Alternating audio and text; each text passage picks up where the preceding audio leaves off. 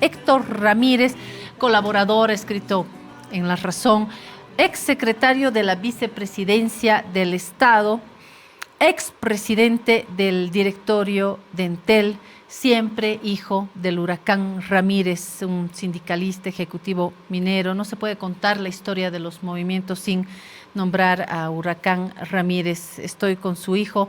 Agradezco a Héctor por habernos acompañado el viernes. Héctor, para nosotros es fundamental decir gracias, más que pedir, agradecer. Gracias, Claudia, por la invitación. Soy un asiduo seguidor desde hace mucho tiempo del periódico, ahora de tu programa, del programa de los compañeros que hacen en la mañana. Un periodismo de seriedad también. Creo que en ese sentido logra orientar de cierta manera lo que está sucediendo en la coyuntura nacional, internacional. Segundo, te agradezco también por la invitación el día viernes. Estamos en el mes de la Pachamama.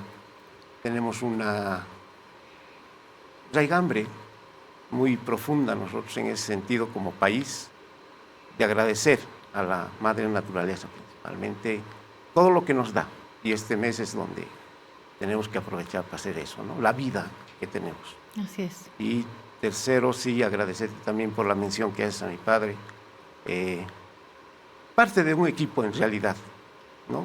De una generación que ha marcado nuestra historia en el país. No es solamente él, creo que ha sido parte de todo un equipo de compañeros, compañeras, una sola compañera, ¿no? Destaca ahí Domitila, digamos como del sector minero, pero ahí tenemos a varios otros compañeros, compañeras, que lastimosamente muchos de ellos ya no están con nosotros, pero que sí han marcado una parte de nuestra historia. Son parte de nuestra historia. Hay que ver cómo está ahora también nuestra central obrera. Esto último que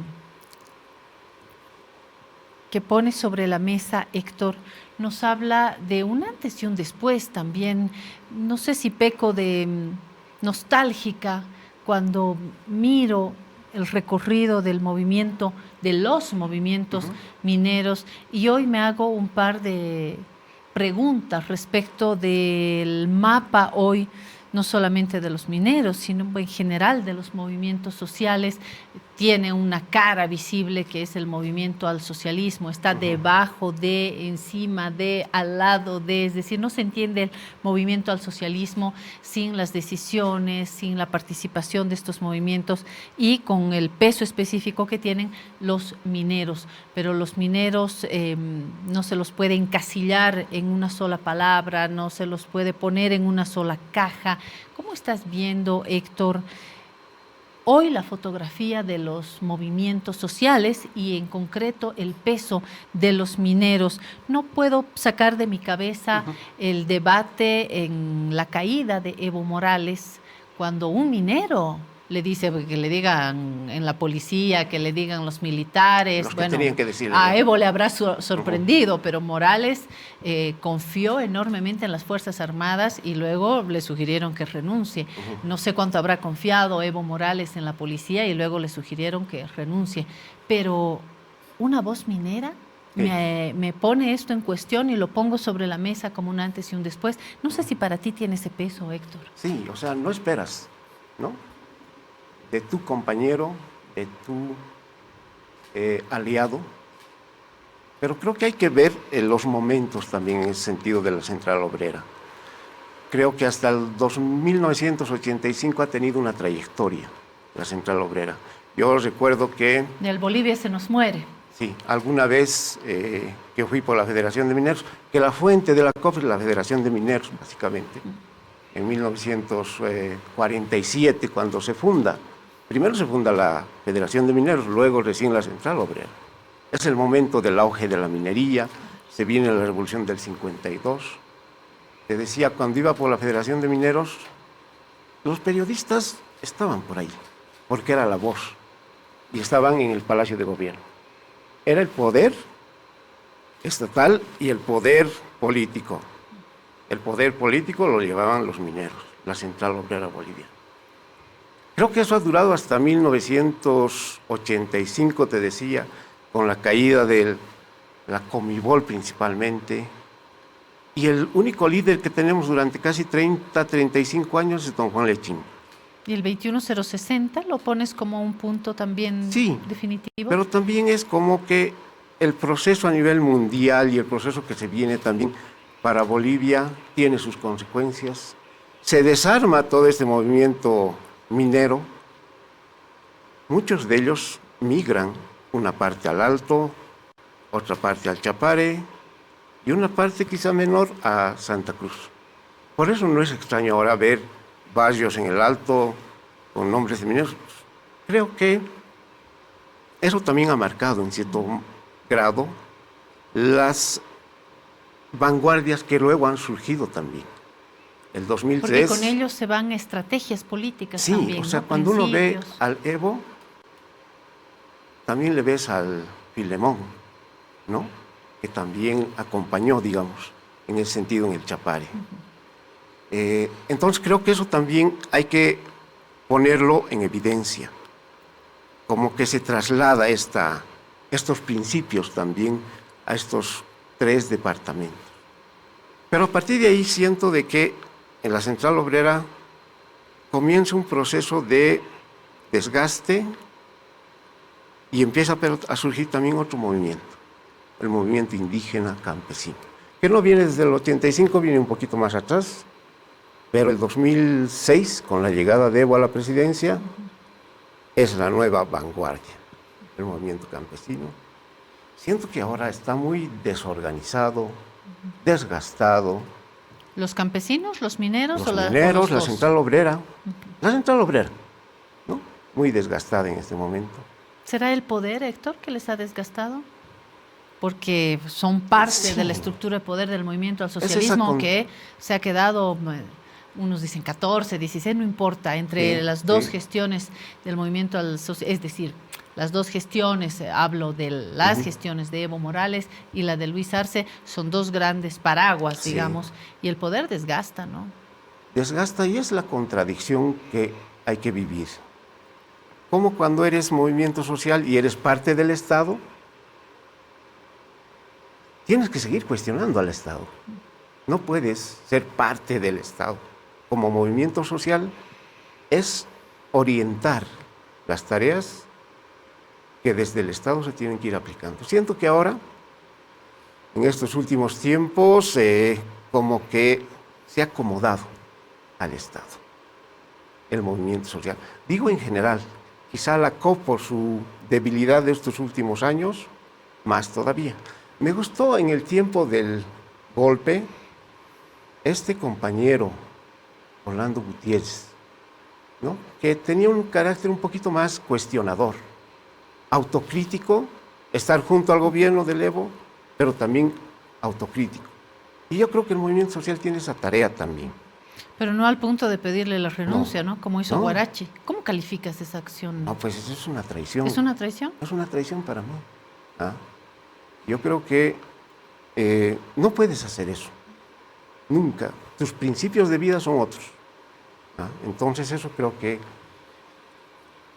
habrá que ver qué pasa de aquí en adelante con la Central Obrera. Me gustaría de que un movimiento social en general, el Pacto de Unidad, la Central Obrera, estén orientando en las cosas de agenda de no para el 2025, una mirada más a largo plazo, estrategia. Sí, pero si llegan vivos, Héctor, porque el movimiento al socialismo hoy es todo menos un reflejo de un pacto de unidad. Cuando miras las grietas en el MAS, que no solamente son de los líderes arriba, es en los sectores medios, abajo, se están diciendo de todo. Creo que este es el momento que como oposición se estaba esperando. Creo que no hay un momento de mayor oportunidad para la oposición que este momento de quiebre en el MAS, al punto, Héctor, que hay, tú lo sabes, masistas que dicen que ya no hay más. En un lado está Evo Morales, al otro lado está Luis Arce, David Choquehuanca como un factor también ahí, y se había dicho en varios análisis que quienes podrían, los actantes de manera general, no actores, sino actantes que podrían consolidar esa unión, dentro de este bloque político, ideológico, son los movimientos sociales, mineros, campesinos, pero creo que la guerra, la champaguerra está en todo lado. Tengo optimismo en que esto, y creo que la tarea de muchos de nosotros es impulsar de que esto, tiempo que falta para las elecciones, el movimiento social, la gente de base, no, quizás los dirigentes no, la gente de base reconduzca todo esto. Creo que esa es la tarea de muchos de nosotros, de volver abajo con la gente que hace su vida cotidiana, y estos sectores logren de alguna manera hacia arriba reordenar las cosas. Estamos poniendo en mucho riesgo en ese sentido todo lo que se ha construido hasta ahora. Creo que la gente se da cuenta. Creo que la gente paulatinamente, día que pasa, va dándose cuenta de eso, se va cansando de la pelea y va demandando también. Tengo la esperanza de que de aquí a un tiempo más, con lo que va a pasar en estos meses, se vayan reordenando las cosas, pero con la mirada debajo de la gente, de los trabajadores, del campo, de la ciudad. Entonces, y creo que eso es lo que hay que impulsar de cierta manera.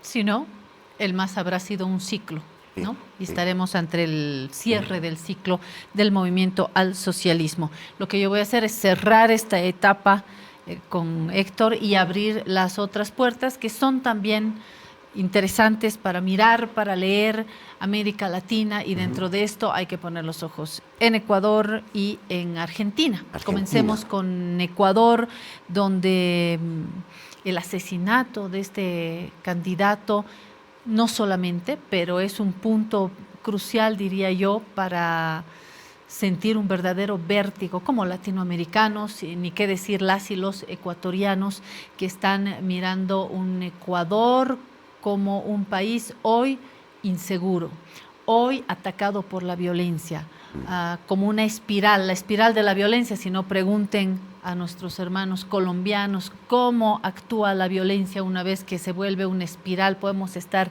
décadas, y en Ecuador me da la sensación de que hay, lo dijo Freddy Morales hace días, hasta Correa, no gracias a Correa, es decir, hasta el tiempo de Correa era un Ecuador, y en este post-Ecuador estamos viviendo distintos tipos de violencia que acaban de disparar al proceso electoral. Hoy en Ecuador hay gente, por primera vez hay gente que dice yo me voy del país.